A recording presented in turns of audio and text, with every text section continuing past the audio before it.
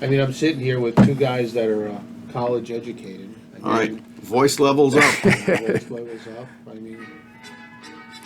I mean, listen. I mean, I don't know the Red Sox, but I feel like, so if I slap you, you're going to slap him? Is that how it's going to work? Good right down the roll? Then he's going to try to hit me, and I'll duck, and he'll hit you. I've been hit before, I smack hard. Yeah. That's right. I tell you, this That's is not exciting, good. John. I mean, Yes, it is. There was a little buzz in the meeting, the pre-meeting. We had the little meal, the coffee, and the Danish set up. The production people went above and beyond. The director, we brought Thank somebody. you, production manager, That's for the coffee and the. Unlike prior guests, though, I mean, our guest Jose. Jose, welcome aboard. John, please applaud. Thank you. Okay, thank you. Thank you for having me. Thank you for having me, guys. He drove his own car here. We I'm very have impressed. our own Supreme Court Justice. Jose's last name is. Sotomayor. Oh, beautiful. I need as many hookups and connections as I can get. This is always good to know. There you go. So, John, let's do a countdown. Do it, brother. We'll start the podcast. Okay. 5, 4, 3, 2, 1. Welcome back, friends. Welcome back to another episode of The Jersey Alchemist, and I'm your host, Dr. John Gerard Gallucci. And I'm Philip D'Angelo. Say it, brother. And I'm Jose Sotomayor. Wow. VIP. More applause. Thank you. Thank you for having me, guys. Thank you for having me. It's a pleasure. Thank you. Just keep close to that mic. I will. Right, without shrinking away. Yep. Come on, enough's enough, all right? And of course, we got celebrity chef Springfield Bones in the back. He was discharged. He had an honorable discharge from the military, and now he's pursuing his dream. Culinary pursuit, yes. All right. Yeah. Impressive. I hear he's Impressive. very good with food that he has bone broth. That he can use bone broth with. That's the new thing now, bone broth. Everybody wants to, so Right. he's a natural. He stirs it with his arm. With his arm, or his whatever. leg. Yeah, just pulls That's it right. up, pops it back on. Jose, I mean, it's great to have you aboard. Thank you Thank for you. coming aboard. I mean, you and John go way back. You want to tell us how you and John got together? Absolutely. We've known John for about 2.5 years now. Wow. Surprisingly, we met through our medical story with our son, and our son was born. Quick recap: our son was born August. Don't make it too quick. August We got a lot of time to fill. 2020, October 13th to be exact. And What time? What day? October 13th, My 2020.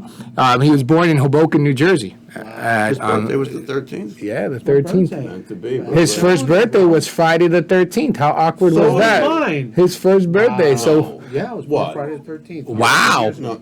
What? My mother cried for 3 days. They told her, you can't have this baby on the 13th. And she was just from Italy, so she didn't even speak the language. She didn't know anything.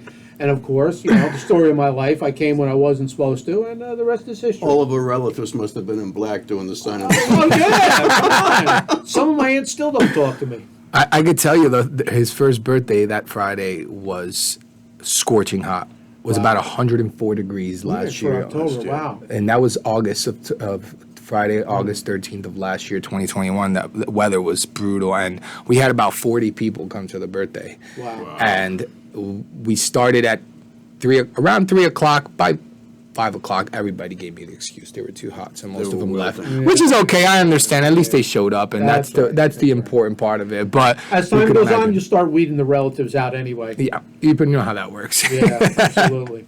Help me clean That's a little good. bit. There you go. All right. Right, it works. But we met that year.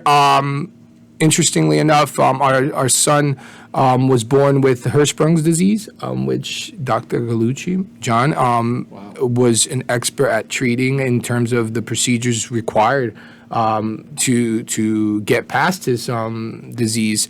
So we were blessed to have met him through that. In a sense, nobody ever wants to meet at the hospital. You may Right. say, but Hospital's a shitty place to get to know people. yes, absolutely. I worked there as a security guard, and in that aspect, I worked as a financial advisor at the hospital. Not in this one, but in other hospitals. So I understood kind of like the, And that's how we'll keep it. name-wise. Yeah. This Yes. one. I'm going to put Yeah, you on the right. spot now, Jose. Go ahead. So tell me what your first impressions are when you met Dr. John. Oh, geez, no, I mean, no pressure. You know, it was. No pressure, but be honest, because I actually know what you're going to say probably, but go ahead. You know, at first, I don't know. It was more like, you know, what do I expect from this person? Is this Am- guy a jerk? Is he on the money? Is he Yeah. for does real? he does Right? he know that I'm gonna come at him like a lightning bolt? I don't think that. And you he know, knew a lot about Hirschsprung's. Yes. Oh, wow. So I came ready. It was our third son, it was a third child, our only son, and so I was even more committed to making sure that I got to know who this man who was going to touch my son in ways that you couldn't, you know, only God can grant you the gift to do so. And so when I saw him at first, I was like, oh, this guy looks, you know, SBF, man, SBF, just like you, Nadia. And I told her that, and she goes, no, it's What's not like that. SBF? Yeah. Standing bitch face. So I was like, oh, Jesus, what is this guy going to come at me with? Mark, that is. And right? then when he, I'm going to remember that, John. Right. I think what changed me was the way he approached. Did you just call Nadia SBF? No, I Oh, was I like, thought I you told just did. Nadia, that, Oh, I thought Nadia, you he has said- SBF, and she told me I not to thought you were worry. in trouble when She you went doesn't home, think man. that, you know. Although Nadia doesn't make a lot of friends right away, like on the first go, because they think she has SBF, and I tell them that's just SBF. Don't worry, she's a really nice You woman. masterfully just pulled yourself out of that hole. Yeah, no, not like that. She knows. Husband material. But then when he started speaking to me, we were both in a very like strange situation that we've never experienced in NICU. Very delicate We saw many parents there, babies who were going through difficult circumstances, and we were just like, wow, why has God put us into this situation? And we didn't know why, but we wanted to make the best of it and get as much information. And so when he started talking, he immediately, through his words and the way he said things to his patient at the time, which his patient's parents, he was very honest, direct, but understanding that the situation is very grave. So, and I think that was a very important quality of that experience. I know exactly where you're coming from a little bit because my daughter had to go to the oncology center at Hackensack Medical Center, John. They have a children's oncology center for some tests. And I remember walking in and seeing the face of the parents that were there and their Oh, Jesus. children were getting treatment. And I said the same thing you did, like, wow, how did I get here? What's going on? You know, Yeah. so it's very grave. John, what was your first... Everybody's kind of a deer in the headlights. yeah. Yep. What were your thoughts when Jose came with his family? This is all motherfucker. Yeah, I give that kind of. I Hirschsprung's disease is a motherfucker, and you know that, right? Yeah. It's nothing like a hernia. Okay, a hernia, kids got a hernia. Some hernias are really difficult, and most of them are really straightforward and pretty easy as long as you know what you're doing. And but so there's an operation, then they go home the same day and they heal and they come back 2 weeks later and everything is good. I'm breaking my own dictum about not getting close enough to the mic. Yeah. Sorry, guys. But Hirschsprung's disease is the stepwise procedure where there's clinical suspicion of Hirschsprung's disease. A newborn, 30% of all newborn babies that have Hirschsprung's will have abdominal distension and they'll throw up green. They'll have bilious emesis. So there's some kind of partial obstruction going on, if not a frank, outright, complete obstruction. And then there's x-rays taken and you might see dilated bowel. And then after that, there's this stepwise procedure that, once the pediatricians or the neonatologists are clued in, this kid has got something going on in the GI tract, before anybody does a rectal exam on that baby, as long as there's a rectum and fine. But one of the stories is that when the baby is born, if they don't pass meconium, which is newborn baby poop, if they don't pass that within 24 to 48 hours, now all of a sudden you're really, barking up the tree of Hirschsprung's disease, because that's almost a hallmark of the disease. But when that happens, everybody's cued in, this baby could have Hirschsprung's disease. And then one of the first diagnostic studies you do is a contrast enema. And when the contrast enema is done, that's, it's, most people say, well, it's a barium enema, whatever. if you see that the area of the rectum all the way down by the anus is fairly tight and that the colon above it is distended, that's what's known as reversal of the rectosigmoid index, and that is very strongly suggestive of Hirschsprung's disease. Okay. And then at that point, knowing that, nobody would do the full Hirschsprung's operation of pull-through. We'll get that in a second. Nobody would do that without a confirmatory tissue diagnosis of Hirschsprung's disease. So what happens is you'll have to take either the baby to the operating room and do a transanal snip biopsies, just inside the anal verge.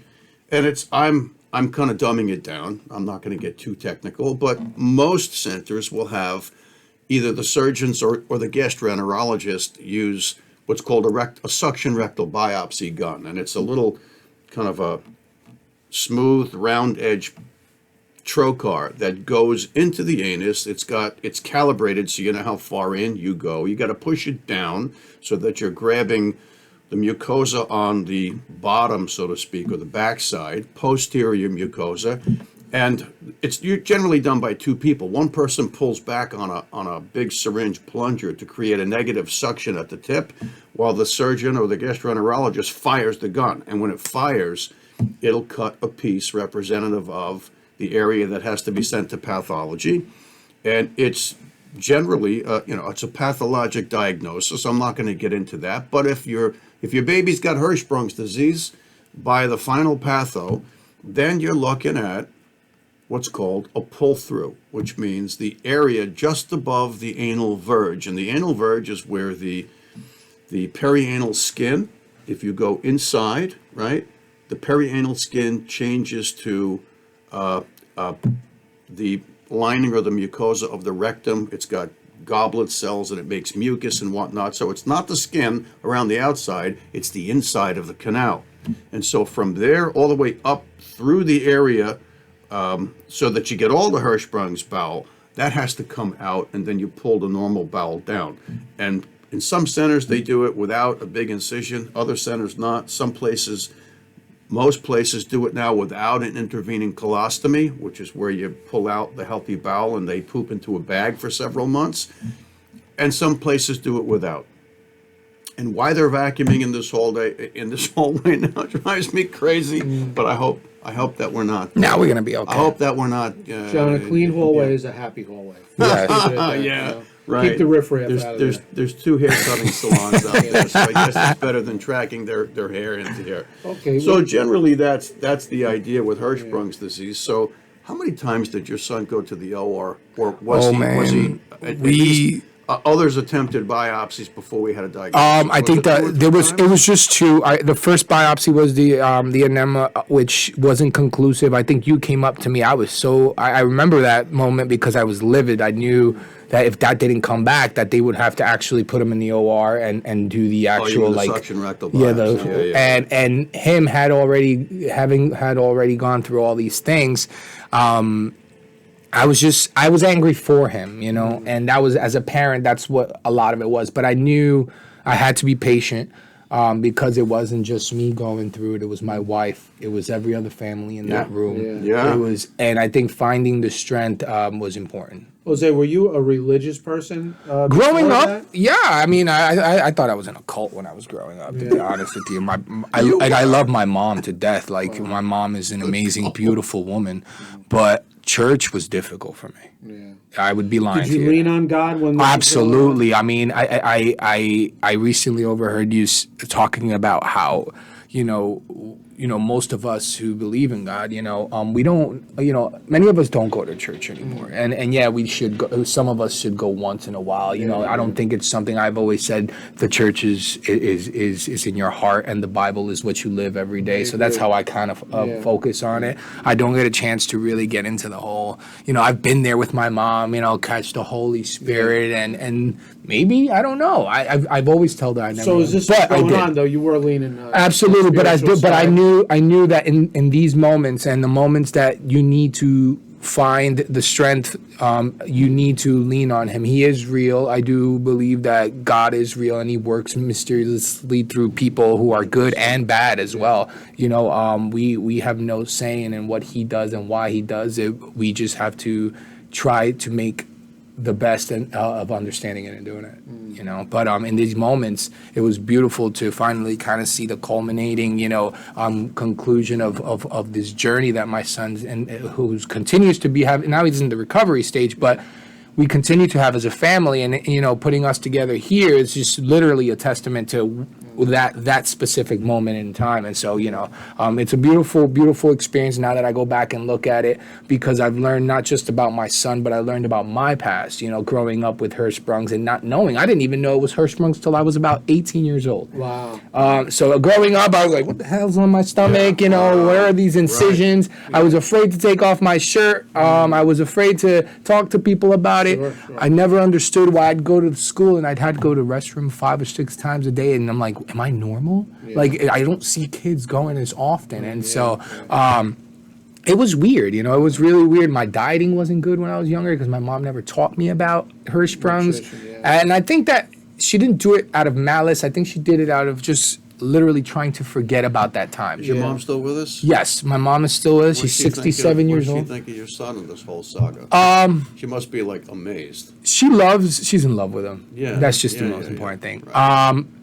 I truly believe that she's also learning about what she failed to learn then. I mean, because at the time you would think, I'm an Irish twin. I don't know if you guys know the term, right? My brother and I were born in the same year. Wow. 11 months apart. And so my mom told me a story recently about how I had the colostomy bag out, and then the actual colon was completely out. Like, it was prolapsing. It was, and she's like, I had this newborn in my hand and an 11-month-old in my hand, and this one was crying profusely. Who was older? My brother, by 11 months. Right. But imagine feeding these two, and unfortunately my dad wasn't around. My dad left prior to me being born, and so my mom literally did it on her own. And like I said, all respect, I don't know what the big time, huh? Yeah, They I don't don't make them like that anymore. I absolutely, she's amazing, and I don't have any malice or rancor or any hate towards my dad. He's a great man. He's raised 2 beautiful daughters since that time. There's no malice in my heart for him. I mean, so he's around. He's around but not around. Let's just say he hasn't come and seen his grandson, but I've already given him the doors open. He's there. Good for you, man. Yeah. God bless. Absolutely. Real quick, I read a book one time, having issues with my father as well, that your parents give you the greatest gift. They bring you into this world. After that, you're on your own. Thank God they brought you, and the rest is you got to figure out. And I recently texted him, believe it or not, out of the blue, and I told him, I don't dislike you. It's just, I literally just summed it up with, don't make the same mistake you made then with our grandson. He hasn't met our grandson since he was born. I don't know if it's job related. I'm not here to judge. Yeah. I mean, but it's very common. It's obvious. Could be guilt on his part. It could be, but I've already opened the door. God tells me every day, don't hate anyone. Don't unwelcome people who need to be in your children's life. And I've never done that. Wow. And I will never. If he ever shows up and wants to be part of, that's his choice. He has to live with the choices that he's made. Well, now you had that as well as your son, but you grew up to have an athletic career. Oh, absolutely, man. I put it out there. I didn't grow up in a very healthy family. Let's just say. Till today, many of the people in my family battle with illnesses that kind of they could have prevented. And again, doesn't mean I don't love them, doesn't mean I don't care about them, but they've taught me something. They taught me through their actions, through their choices. I've been able to learn. I've always been a visual learner, and I see. I don't make mistakes that I can stop if I've seen them before. Wow. So when growing up, my brothers, ate a lot. They're not healthy people right now. They're working hard to get there, but I didn't want to be that way. Wow. And so so you had them as a yardstick. pretty Right, much. and you said, I was the "Oh." youngest, but I behaved like the oldest. Oh, wow. Oh, isn't You that were born interesting? with an old soul. A lot of people That's say what- that. I think you're right, Phil. A lot of people say that, and it wasn't easy. You know, it wasn't easy because I wanted to play sports, but I also understood that the necessity in the home with money and having to go to school. My brothers only finished high school, you know, which is not a bad thing. They finished high school. They just didn't have that self, motivation that You sometimes played you have. college ball? Yes, I did. I played I played baseball at the, I started playing baseball at the age of 14, very late in my life. I played at Lincoln High School for 4 years in Jersey City. We weren't that good. It was just a beautiful experience to be with those guys, even though we were at different levels athletically. I soon started getting recruited around my junior year by many colleges, St. John's University, Rutgers, St. New John's is so Brunswick. dope. I had many schools. I'd go to many camps, tryouts, and like workouts for colleges. And believe it or not, junior year, I was stuck on the fact that I was going D1. I knew it. I knew I was going D1. Then fall of my senior year in high school, I tweaked my elbow, and I stretched the UCL, the ulnar collateral ligament. And Did you pitch? Yes, that's all I did. You were a Literally, pitcher. that's all I How did. tall are you? I'm about 6'1 3/4". I would say I usually just say 6'2" because it's easier. It's an easier number. 6'2". But I was also very thin. Growing up with Hirschsprungs, you release everything you eat pretty quickly. It's almost like a lifetime bout of EBS. What was your ERA in high school? Oh, it was terrible. Oh, it was bad. Well, how could it be bad if all these problems? Because in the end, I always say talent speaks for itself. You can't control a shortstop's second baseman or third baseman's glove. Good. Rule number one: don't let the ball go under your legs. Very well said. But Very well. high school, I moved out. It's funny how life works. Growing up in tough times, you don't make excuses. And when I played on that team, I knew what I was getting into. I knew we weren't that good. I knew I lived in a community that wasn't full of ball players. Did we have some? Absolutely. Did we have potential? Yes, we did. But to sit there and be in a community to think that I was in a community that full-time baseball players, no, absolutely not. It was more a football, basketball community. But that prepared me, my life prepared me for those moments because I knew it wasn't that I was accepting that we were losers. I just would find the moment to improve myself within the worst hard times of our career. A mature situation. Absolutely. God bless you. I always tell my teams, and I coached, I remember coaching West Side High School baseball as an assistant coach with Mike Dixon, who's an amazing coach and still educator in Newark. I remember being in this school and they told us, I want you to create a program. And Mike Dixon had stepped down and I took over, and it was like, how do I get kids to compete at the high school level when they have never learned to catch? So I was competing with that. You have to have some foundational skills. And so in that case, I also, reverted back to what can I teach these kids on this field, whether they're going to play baseball later or not. Yeah, what can I do? Jose and John, I know that your kids were involved with sports as well. Because I coached on a lower level for at least 10 years and loved every second of it. It's not just about sports when you're coaching kids, right? It's how to prepare, Yeah. how to get along with teammates, how to compete. Yeah, I mean, listen, we all want to How to win. deal with overbearing parents. How to deal, yeah. Well, I wish I had those sometimes, but we Yeah. didn't, we yeah. didn't in those Was areas. that an inner city school? Yeah, West Side High School is literally on South Orange Ave, Yeah. right by UMDMJ. I lived near the area for 3 years. I lived on Just by Bergen Street. Yep, Wow. just by literally, I lived around the corner from UMDMJ. But after high school, I mean, literally, my record, I believe, pitching wise in high school, I'm scared to tell you. Okay. I was about 5-19. So where did you go to college to play? I played. I was recruited by numerous colleges, but in the end, I chose to attend William Patterson University, and one of the reasons was because Great baseball program. Jeff Albies sent out some really good guys to recruit me, local guys, Hudson County guys. I've always thought that you need to send out recruits who understand the people Absolutely. that live in Yeah, that community. sure. And they didn't serve me with bullshit and like, oh, you're gonna play first day, you're gonna do this. No, they told me what it was, what it could be, and only I could get there. And so I chose that. They were the most. I felt they were the most honest group of guys and the most honest coach that I How could many play years for. did you play in college? I actually, I'll tell you a true story. I played in college at William Patterson for 3 years. Nice. I could have played my fourth year. Unfortunately, there was an incident in the fall where Jeff Falvey's, and I talk like this because he's still a very important person in my career, in my life, and I thank him for a lot of things. But he cut me November of 2002. November 2002, Wow. he cut me. And he cut me because he needed room for a D1 player that was transferring in, blah, blah, blah. And interesting story. It wasn't until about 2 weeks ago where I text him out of the blue because sometimes I get these urges. We had a big blowout on Facebook, and before I removed my Facebook, but I felt the need to apologize for how I expressed my honesty. And I noticed I didn't dismiss what I had to say to him, but I wanted to apologize because he deserves that much. I have a belief that whether it doesn't matter how much education you have in life or how much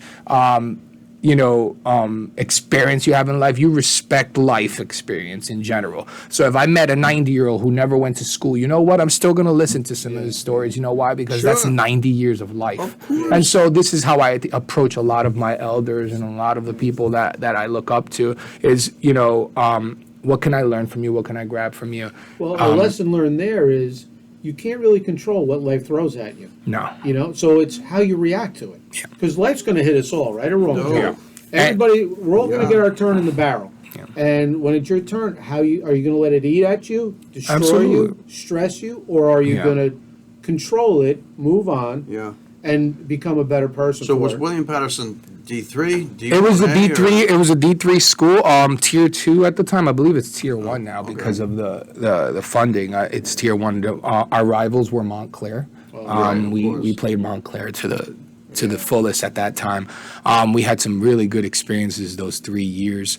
For my freshman year, I think I had an ERA of like 1.95, but I only pitched like 15 innings. One of my best experience was pitching at West Point my freshman year. Oh, I It was love West beautiful. I Point. fell in love, and I think it was the first time in my life that I felt somewhat some type of patriotic, connection to this country because of how beautiful and how consistent the individuals within that institution were when it came down to like a game or preparation for an event. I mean, I remember pitching. I was on the mound going into my second inning, and I'm throwing the third pitch to the first batter. I remember this, and all of a sudden the Star Spangled Banner went up. Oh, wow. And everybody in the facility stopped, dropped everything, began to right salute. there. And I'm here lost. I'm 12 like, o'clock in the afternoon or something? yes. And I was like, Right. what just happened? Right. Even the umpire, even the players on the other team, because we were playing Army is Division I, but we were scrimmaging them. So that's why it was so important for us. We gave them a beat down. Oh, I Okay, love it. we gave them beat down. We little old D3 went up there, but but you remember if you mentioned Dan Pasqua, those teams, the '90s William Patterson team, those were College World Dan Series Pascal baseball went to the teams. majors. Yeah, Very successful. we have a big strong community of coaches from that era and players from that era who still compete, who still coach. It was a beautiful experience at William Patterson. I mean, getting cut was hard at the time, but going back to Jeff Albies, I had told him last week that, it was hard to get cut because what you didn't know was that I was working an 8-hour shift. I was feeding myself and going to classes, 6 classes a week, and playing baseball. And my mom wasn't helping me because she couldn't. So here I am devastated that I've sacrificed all these hours. What a great story. And you know what? Now I go back and I think of it, I go, it's okay. Yeah. I learned a lot. And he actually apologized in that text, and he wishes that he could have understood at the time. I said, it's okay. Yeah. Because that's what brought us here, And as long as you understand, I have no quarrel. And we had a political quarrel. But I always tell people that it doesn't matter what you believe. To me, I could sit next to a Democrat, a hard left guy, and still deal with them. Why? Absolutely. Because God has given me that patience. He's given me that ability to put up with stuff that it goes in out the literally in out the other. I like who you are. I don't care what you believe in, because in the end, that's a personal thing. Sure. But I like who you are, and I want to sit next to the person you are. You know what I mean? There's a reason in the voting booth that there's a curtain, right? So nobody sees who you vote for. Nobody knows where you pull the lever for, Right. because it's a private thing. Yeah. It's a person. For some reason, everybody wants to put it out there now. Yeah. And then when somebody disagrees, oh, it's on. Let's argue about it. I mean, for what? For why? You know what? We've lost friends. I mean, we've lost Well, family yeah, members that's over the right. political discussion. That's another rabbit hole. We could go down. We listen. The last few years have been difficult, and I think that it's interesting how the story of my baseball career became the culmination and the end to that type of relationship that I had with these individuals. And don't get me wrong, it wasn't that these people were bad. I think that a lot of it was they were misinformed in their own judgments, and I like to say it because all it takes is some thought. When I sat down in the hospital many times with you, John, there were things I just didn't understand, but I had to spend time with myself and think. Let me think of what these words mean, what these experiences mean, and what are these events in my life or in the lives of us mean to us, And your child. And so I think if people spent more time in thoughts, and spent more time with themselves, there'd be so much to learn. Absolutely. But you know what? I think your experiences in life made you who you are today. Some people don't go through experiences that humble them, make you stop and think. Yeah. So when something small happens, like, oh, I got a flat tire, oh, it's the end of the world. Or I disagree with somebody politically, oh, I can't speak to them anymore. People with the paved road, I like to say. But your road obviously wasn't paved from day one. That's what gave you the character that you possess. I'm so honored to be on this podcast with you. I appreciate and John, it. And I know it's an honor to be here. It's amazing. Your story is just amazing. So, John, after Jose's child went to surgery, where did things go from there? I mean, he pulled through okay? He pulled through okay. It's not a one-shot deal like a hernia repair or, God forbid, a tumor removal. Those are generally one-shot deals. Yeah. Hirschsprung's is a stepwise fashion, and there are reasons for that. Some places do it all in one step, and other places don't. And it had a lot to do with pathologic I don't mean pathologic services. I mean the services from the Department of Pathology. That's a different road. And anyway, so after all of the surgery was finished, which I believe was two or three. June 5th was the pull through. Yeah, right. June. Jose, I remember those it was dates yesterday. because He's they got were dates and haunting. times in his head from back in the. They were tough but beautiful days. baseball. Yeah. You know it. Even what pitch? I can't remember how I got I don't know how long that's gonna last, but Yeah, God bless. one of those buttons will probably shut down one day. So kids with Hirschsprung's disease, after the perfect operation, and I would like to think that he got the perfect operation from myself and my associate at the time. There's all different shades of gray with Hirschsprung's, and it depends on how much native colon is left inside, right? So 85% of the kids with Hirschsprung's disease, I got to sit next to this mic, 85% of the kids with Hirschsprung's have a transition zone where the congenitally abnormal bowel meets the good healthy bowel. 85% have that transition zone all the way downstream in the rectosigmoid, or the all the way down toward the pelvis, let's say, okay, to simplify it.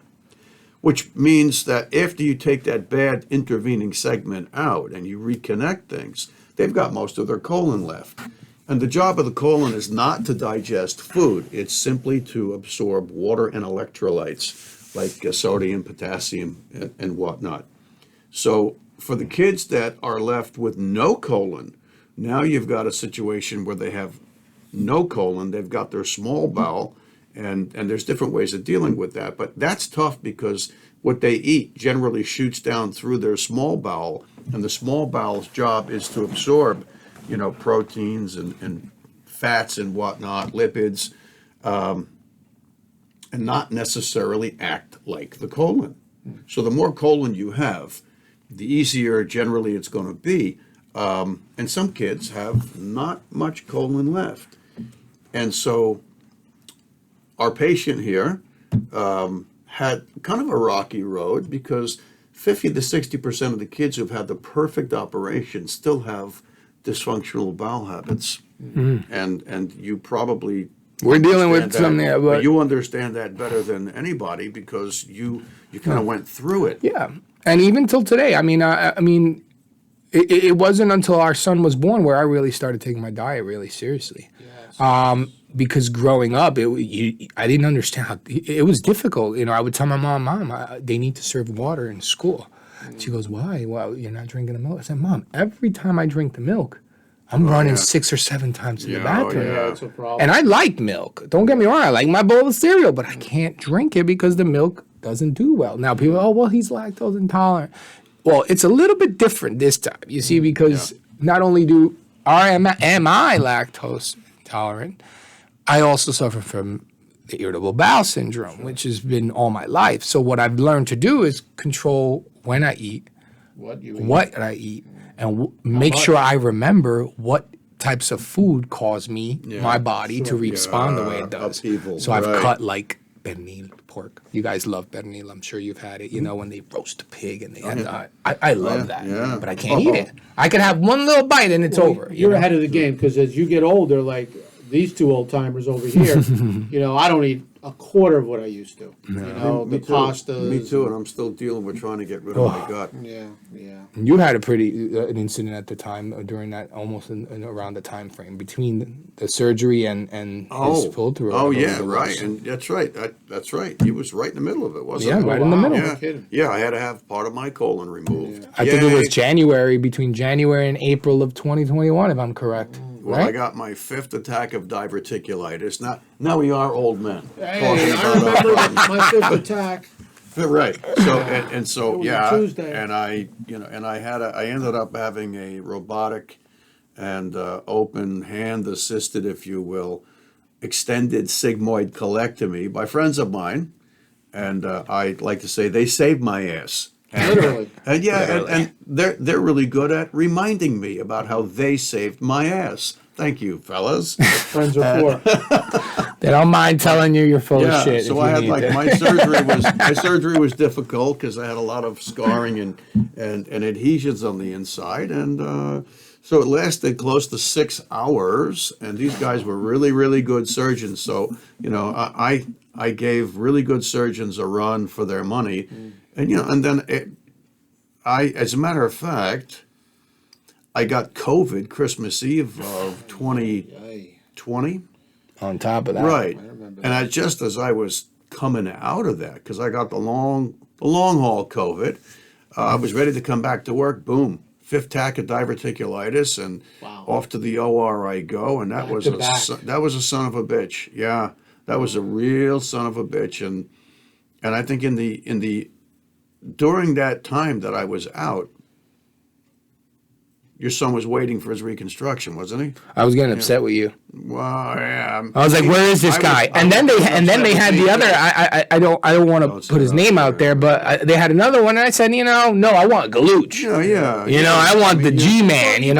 That connection. Yeah, and I think that's what it was. I really and everybody in that, many of the people that worked there did a wonderful job. The nurses, the staff members, John. But I wanted him, and I knew I was like, you know what? And you should have. He already opened. He already did what he had to do. I want to see him do. He put the colostomy bag. He touched my son in a very intimate and and dangerous way, and did a good job. And I said, you know what? I don't want nobody else touching. If he goes somewhere, I'm going there wherever he goes. Right. And that was my mentality. So everything that needed to be done was done, and it's funny that. The pandemic, the plandemic,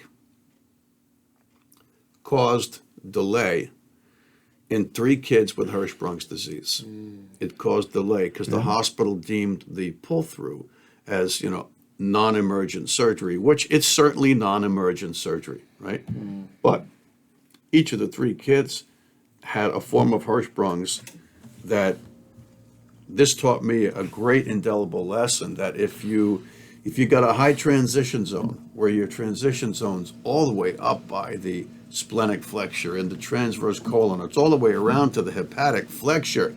which means most of your colon's coming coming out out, with yeah. the final reconstruction.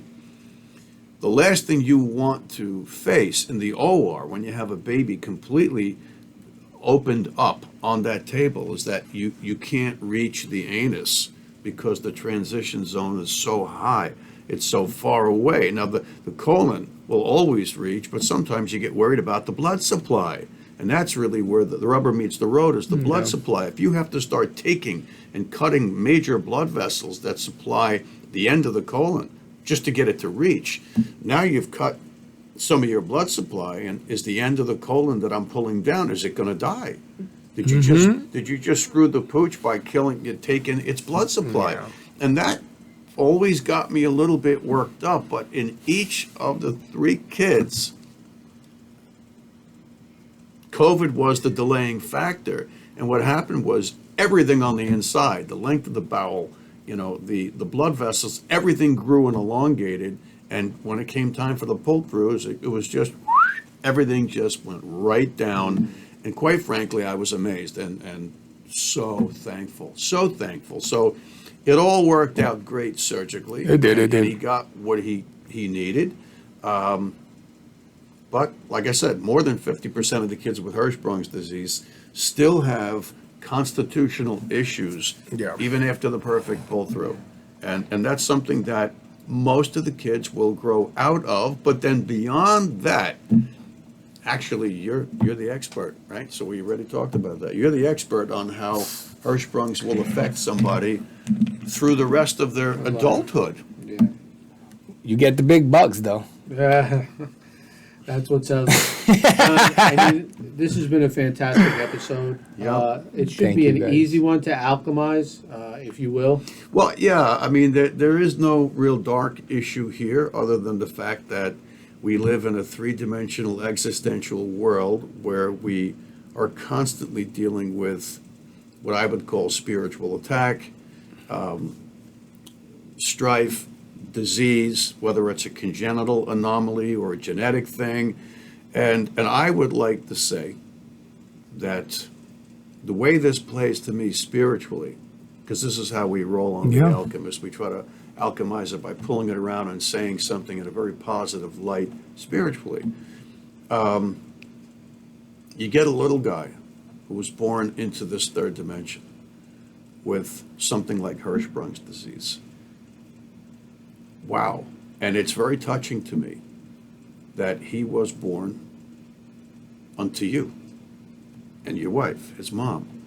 And I think, you were the predecessor. You're the guardian here for your son in such a big spiritual way, because you remind me of John the Baptist. You paved the way. You made a straight path for Jesus, right? Because he was there kind of mowing down the trees and making that runway, making that straight path. You suffered with Hirschsprung's disease, and your testimony was that your dad wasn't around to aid the situation. Yeah. Not so for your son. So on the dark side, Absolutely. you had Hirschsprung's, and so does your son. But on the bright side and on the spiritually fulfilling and enlightening side, you paved the path, and your son couldn't be in better hands with his mom, who she is, because I got to know her, and who you are as his dad. He's blessed. He's very fortunate, and I would say God bless you and Nadia, the whole family, and the other kids too, everybody. Thank you, and he has blessed us, and know that. And I guess I leave this conversation with the fact that you can find lessons and you can find light even in the darkest places. There you go. But you have to open your mind and open your heart to yourself and to God, and most importantly, first to yourself, because if you just remain hazy-eyed and hazy mind, you'll miss out. You'll miss out on the opportunities you have to gain and to learn.